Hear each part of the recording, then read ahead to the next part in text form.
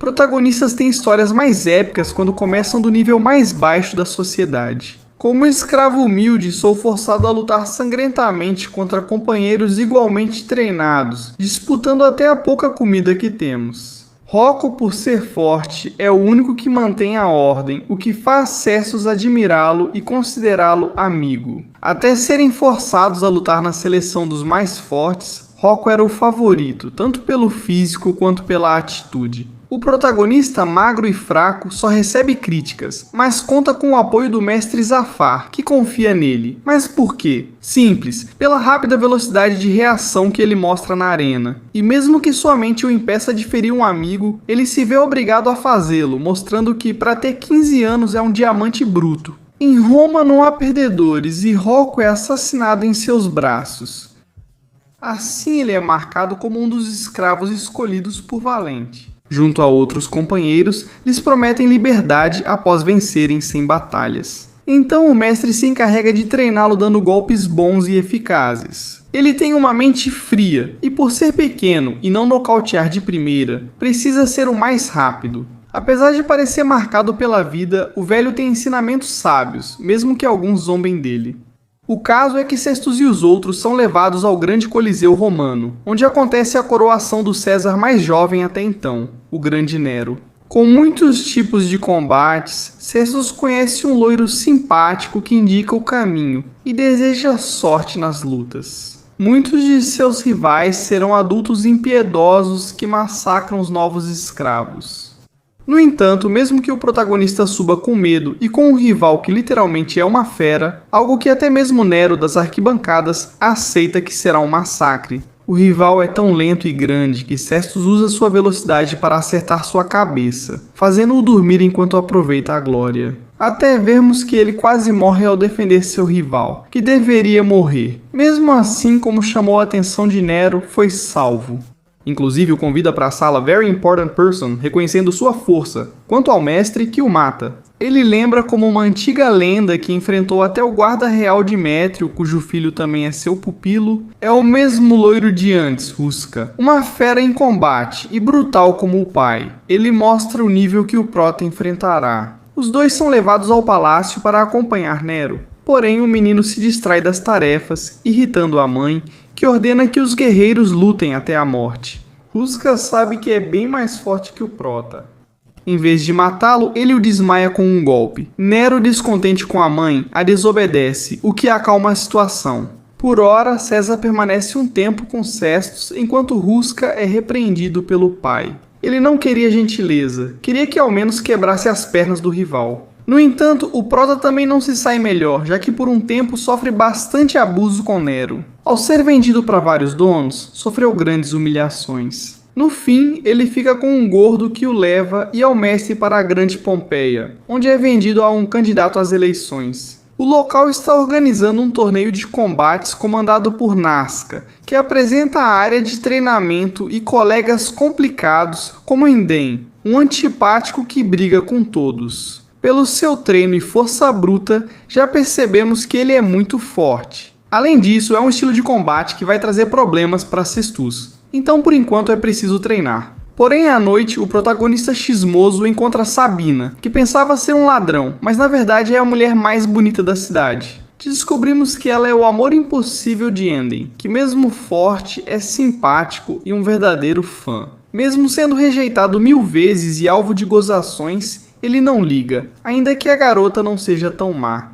Quando necessário, ele ajuda, como fez com a dona da taverna tomada por assediadores. Sabina leva o time do protagonista para enfrentá-los, com Cestus se destacando, pois parece o menor e mais fraco. E embora seus punhos não sejam suficientes contra esse gigante, ele acaba chamando a atenção da mulher, que com Enden não demonstra isso. Descobrimos que ele é fã dela há anos. E ela? A única coisa que ela pôde prometer a ele é que se ele completasse um recorde impossível de 50 vitórias seguidas, ela lhe daria a liberdade. E ele será sua mão direita, faltando só 2 vitórias. Porém, é uma questão entre eles dois. O protagonista segue treinando para tornar seus golpes mais letais, sem se interessar. Inclusive, Zafar o ajuda a praticar um golpe que não só nocauteia, mas também mata, algo que o protagonista não tem certeza se vai usar. Mesmo assim, Sabina o chama ao quarto e sugere que ele a acompanhe à próxima viagem a Roma. Não mais como escravo, mas como seu guarda-costas pessoal, o sonho de qualquer escravo. Mas o protagonista, que já viveu com um líder, neste caso, Nero, que ao buscar um amigo acabou se tornando um abusador, e ele teve que fugir, decide que conquistará sua liberdade com os próprios punhos. Ele a enfrenta e recusa a oferta, algo inédito para essa mulher.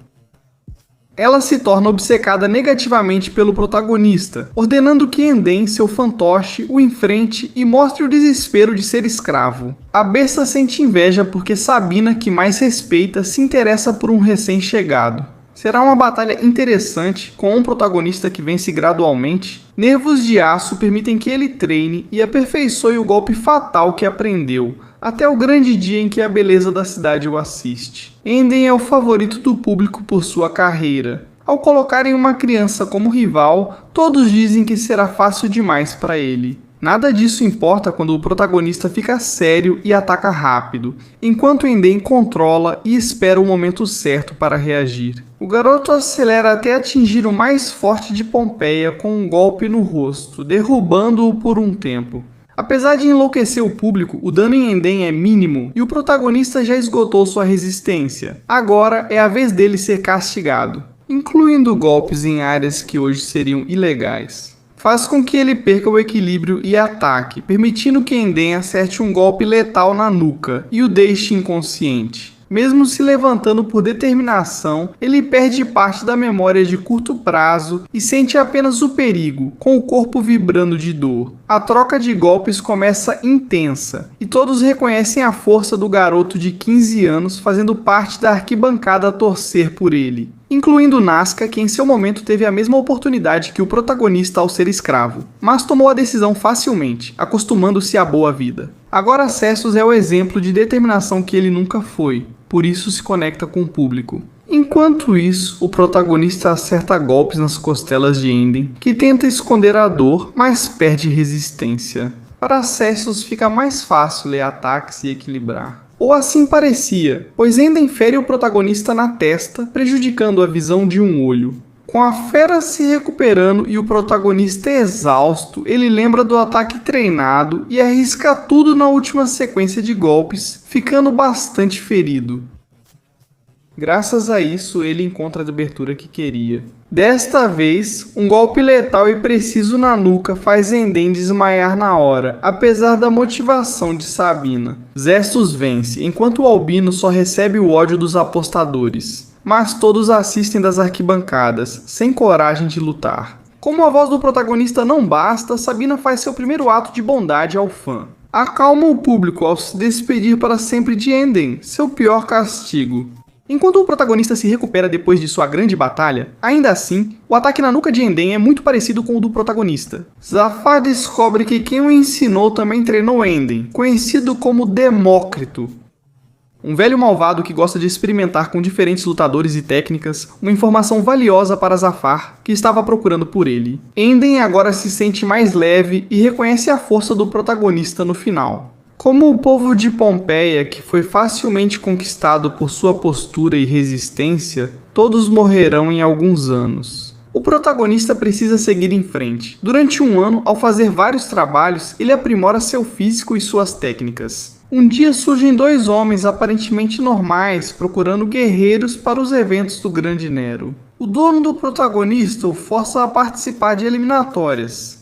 Nesses mini-coliseus, onde o espaço dificulta as lutas, no entanto, os Estos não têm muito problema contra os primeiros adversários. Ele os derrota quase só com tapas, mas se torna mais brutal, agredindo até lutadores caídos. Seu temperamento causa problemas e, ao falar com o mestre, percebe que, apesar da habilidade, não consegue moldar sua técnica. Ele só conseguirá isso se focar em ligar os golpes à mente. Enquanto isso, Félix, um escravo habilidoso, parece ter achado seu próprio jeito de aproveitar as lutas. Diferente do Prota, que segue tenso até sua luta na chuva, onde aplica o conselho de Zafar. Ele deixa sua mente se conectar à luta, aguçando seus sentidos e fazendo com que combos e ataques normais tenham força para nocautear qualquer adversário. Assim, ele recupera sua tranquilidade e o bom relacionamento com seus amigos, bem a tempo de conhecer Félix, que é um cara bastante confiante em si mesmo e em sua sorte. Mas ele não nega que a atitude e a aura, principalmente do protagonista, são as de um guerreiro. Ele prevê que vão se encontrar na final. E é exatamente isso que acontece. Ambos conhecem a técnica um do outro. Cestus está bem mais tenso que Félix, que se diverte nas lutas. Eles duelam para ver quem passa nas eliminatórias e vai para o evento principal na Sicília. Assim, Cestus ataca sem parar, mas Félix apenas se defende no momento certo, mudando para uma postura com ombros mais abertos, o que parece até bobo.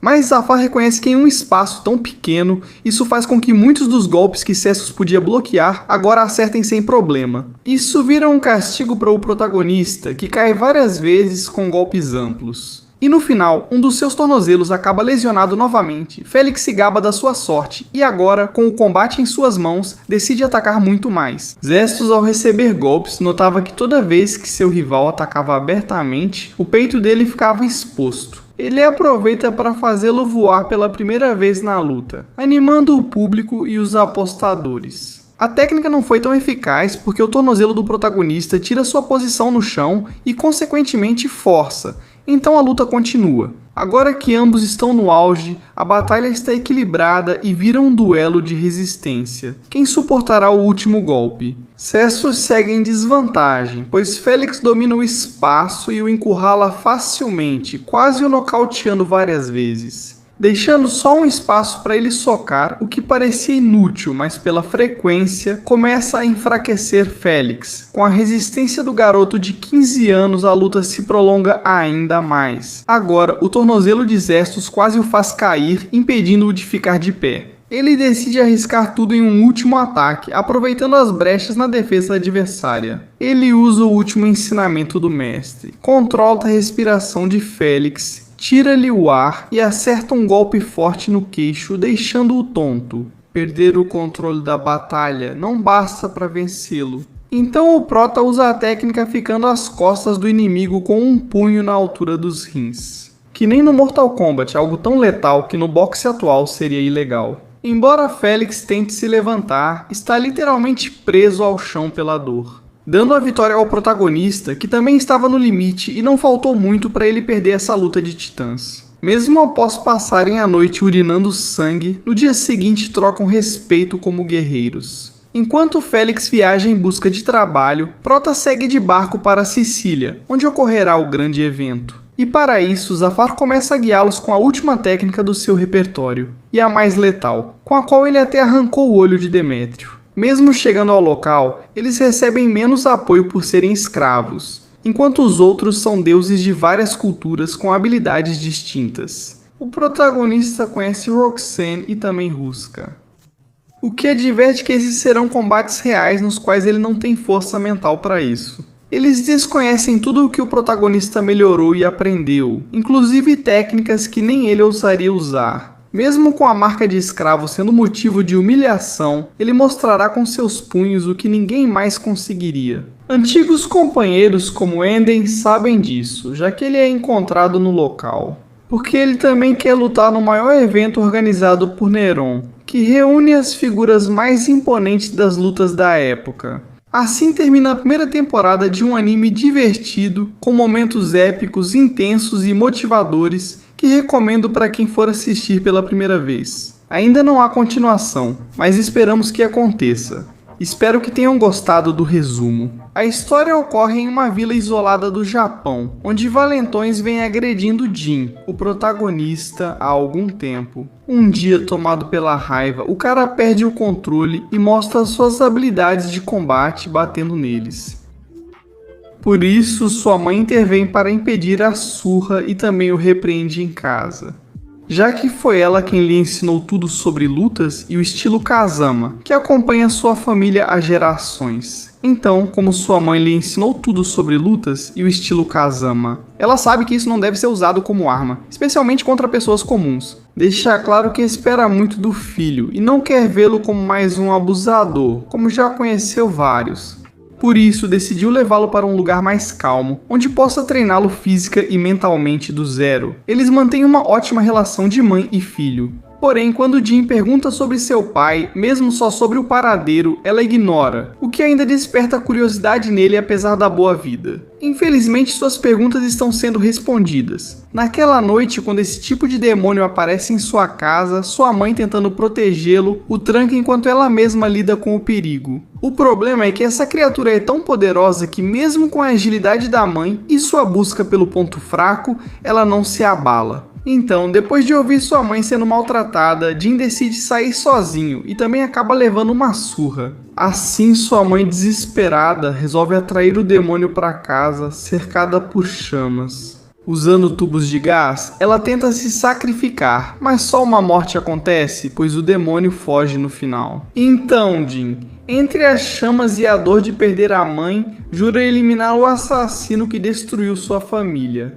Em suas últimas palavras, pediu que ele procurasse Heihachi Mishima, seu avô. Isso será muito difícil, não só pelo fato de ele ser milionário ou mal-humorado, mas porque, ao chegar ao quarto, Jin encontra alguém muito conservador, que valoriza sua família apenas pela forma como lutam. E onde Jin se mostra tão fraco que Heihachi simplesmente o despreza e tenta expulsá-lo do lugar. Jin relata como sua mãe morreu pelo demônio verde, o que desperta o interesse do avô, já familiarizado com a criatura. Então ele propõe treiná-lo para que aprenda o estilo Mishima, até que possa derrotar aquilo que agora conheceremos como o Ogre. Claro, sob um treino intenso que o fará vivenciar a verdadeira arte da luta, esforçando-se ao máximo diariamente. Na verdade, seu avô é tão rigoroso que começa a mudar tudo o que sua mãe lhe ensinou, deixando de lado o controle da raiva para usá-la como uma arma com a qual possa destruir seu rival. Já que não defendeu sua mãe como Kazama, ao menos poderá vingá-la como Mishima.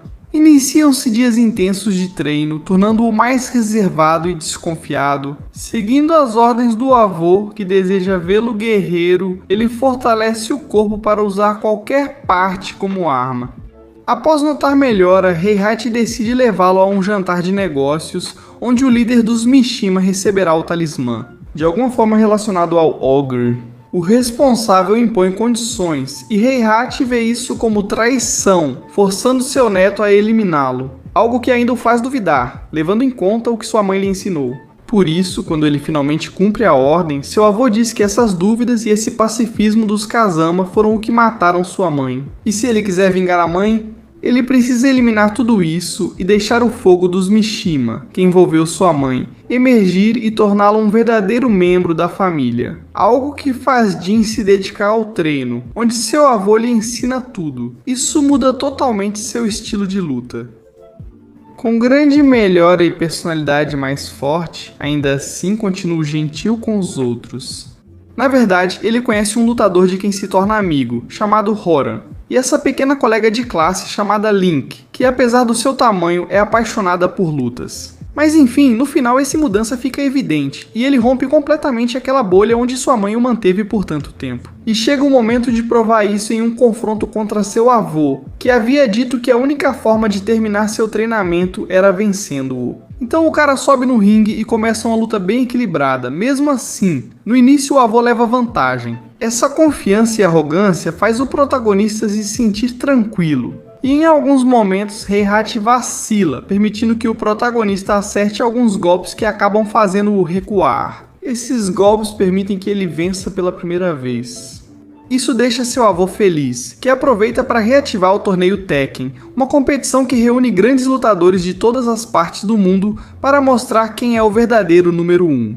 Isso também chama a atenção de Ogre, pois ele percebe que as vítimas da besta sempre foram grandes lutadores, incluindo sua mãe e possivelmente seu pai, de quem nada sabe. Só sabe que ele e o avô foram grandes lutadores. Por isso ele participa da competição, cuja primeira etapa é no Peru, onde chega com Joran e encontra outros grandes guerreiros, como Fênix, um veterano que não só enfrentou Heihachi, mas também o pai de Jin. Ele conhece Nina, que tem grande ressentimento pela família Mishima, e já tem objetivos para buscar informações. Mesmo assim, naquela noite, Heihachi recebe o torneio que será apresentado mundialmente, para descobrir qual guerreiro será o novo campeão. Aproveitando o jantar e compartilhando juntos, o protagonista pergunta a Nina sobre Kazuma, mas ela não revela nada e apenas o alerta para não se envolver. Ele só obtém informações com Fênix, que confessa como tudo ocorreu. No último torneio Tekken, houve grandes confrontos como Heihachi contra seu filho Kazuma sem nenhum registro gravado. Felizmente, Fênix estava presente e percebeu o nível de poder naquela batalha. Kazuma era uma fera imparável, motivada apenas a matar, como se algo o forçasse. No primeiro encontro, o pai de Jin vence e joga o avô de um penhasco, sem se importar. Milagrosamente, ele sobrevive e volta para uma revanche, onde Heihachi vence e revela o ódio pelo filho. Por isso, o velho é o principal suspeito do sumiço de Kazuma. Então Jin, que não aguenta a curiosidade, decide falar diretamente com seu avô, e este de fato confirma que tirou a vida do próprio filho. Segundo ele, foi porque seu interior estava podre. Confessou ao protagonista que Kazuma possuía um gene maligno, que ao sentir raiva, transformava seu corpo como o de uma besta e o tornava agressivo, com forte desejo de matar. Segundo o avô, não teve escolha a não ser eliminá-lo, confessando que esse gene atrai o ogro por poder. Então, provavelmente Jin também tem esse gene, e essa é a razão pela qual naquele dia em que lutou contra os valentões, acabou servindo de isca. Isso faz com que ele se culpe pelo ocorrido com a mãe, mas o avô pede que use esse sacrifício para vingar ela. Por isso começamos a perceber que Heihachi não tem nenhuma boa intenção, já que ele só deseja que seu neto perca o controle, assim como seu filho. Visa apenas atrair a atenção do ogro. A personalidade do velho não surpreende,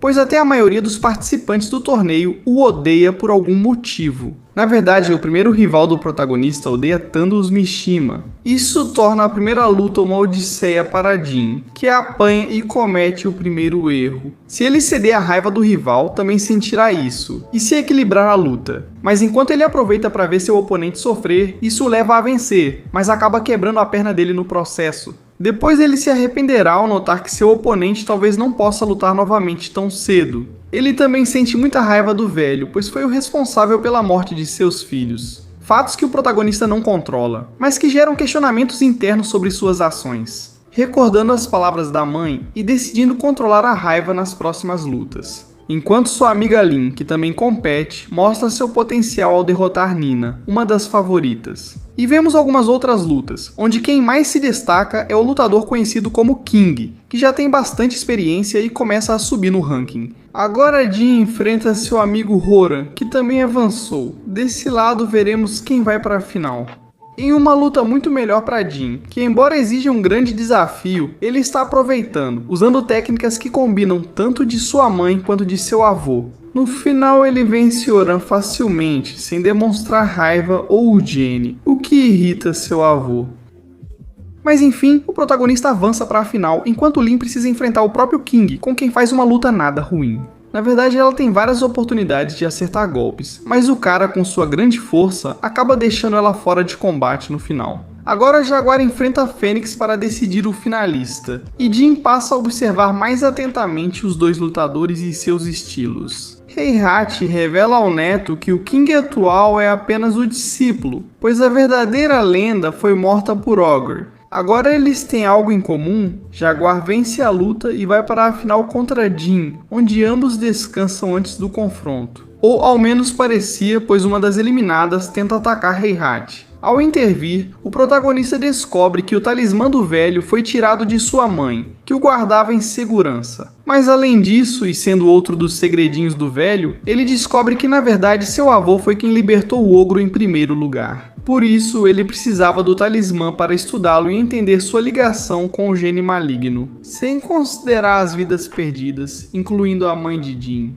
O protagonista opta por não seguir essa ideia e foca apenas em lutar como um verdadeiro guerreiro. Com o apoio dos amigos, chega o dia do grande combate, com dois guerreiros de elite. Dois estilos de defesa e ataque distintos, ambos motivados pela vitória. Apesar de King às vezes desestabilizar Jin, ele sempre retorna. Luta com as lembranças da mãe, e a cada queda se levanta e ataca com mais força. O que depois de um tempo acaba lhe dando uma vitória direta, mas limpa, contra o Jaguar. Algo que não deixa seu avô satisfeito. Ao perceber que o gene maligno não foi ativado, ele resolve quebrar as regras e marcar uma última luta contra Jin, mesmo estando muito desequilibrado devido ao estado do protagonista. Por isso, seu avô vence e humilha. O fato de seu neto ainda usar técnicas de sua mãe começa a deixar Jin com muita raiva, algo que não é nada bom para ele. Mas graças ao autocontrole e usando apenas as técnicas que aprendeu com sua mãe,